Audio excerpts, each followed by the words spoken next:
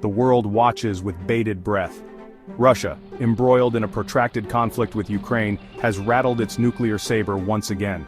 Their updated doctrine, unveiled in November 2024, is a chilling reminder of the stakes involved. Gone are the days of nuclear deterrence as a last resort. Russia now claims a broader mandate, a lower threshold for unleashing atomic fire. Imagine a world where conventional attacks, deemed threatening to Russia's sovereignty, could trigger a nuclear response. The inclusion of Belarus under this nuclear umbrella adds another layer of complexity. An attack on Belarus, Moscow warns, is an attack on Russia itself, inviting the same devastating consequences. Russia claims reliable data on incoming missile attacks would justify a nuclear response. But what constitutes reliable data? In the fog of war, where misinformation reigns supreme, such a loose definition could have catastrophic consequences.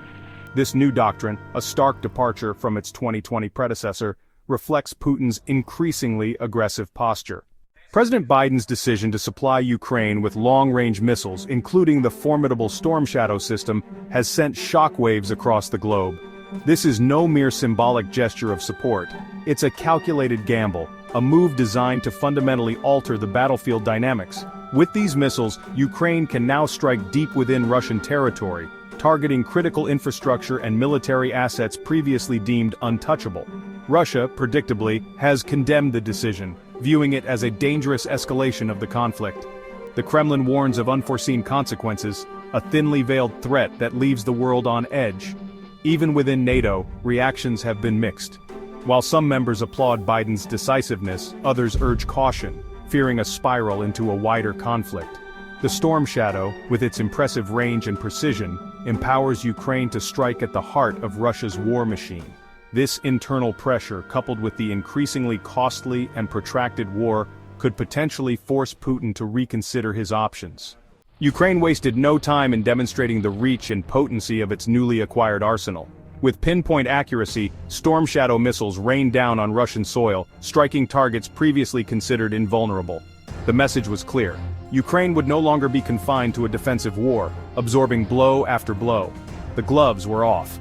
This bold retaliation sent shockwaves through the Kremlin, shattering any illusions of invulnerability. The attacks exposed the vulnerabilities of Russia's air defense systems, raising serious questions about their ability to protect critical infrastructure and military assets. Images of the aftermath, broadcast across the globe, painted a stark picture of the escalating conflict.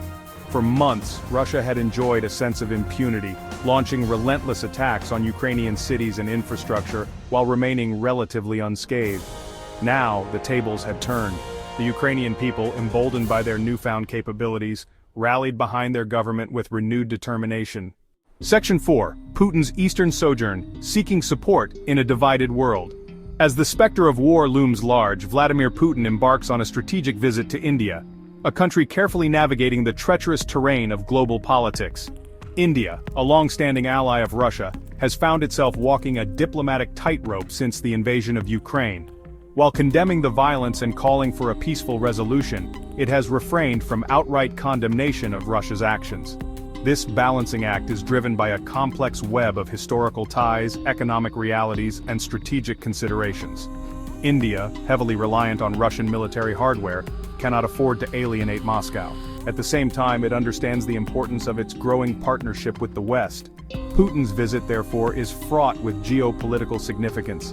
For India, it is a chance to reaffirm its neutrality, to reiterate its commitment to a multipolar world order where it is not forced to choose sides. Section 5. A New World Order, Shifting Alliances and Global Uncertainty. The conflict in Ukraine has ripped through the fabric of global order, exposing the fault lines of a world grappling with shifting power dynamics and deep ideological divides.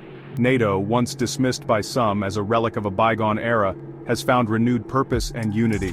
The alliance, bolstered by American leadership and European resolve, has emerged as the primary bulwark against Russian aggression.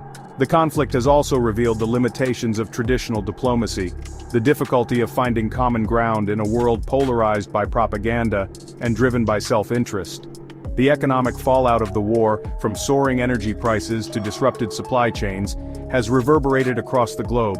Countries are being forced to reconsider their dependencies, to forge new partnerships, and to prepare for a future where economic warfare becomes the norm. In this fluid and volatile environment, predicting the future is a fool's game. One thing, however, is certain: the world is undergoing a profound transformation, the consequences of which will continue to shape global politics for decades to come. The conflict in Ukraine, far from being a regional dispute, has become a crucible in which a new world order is being forged.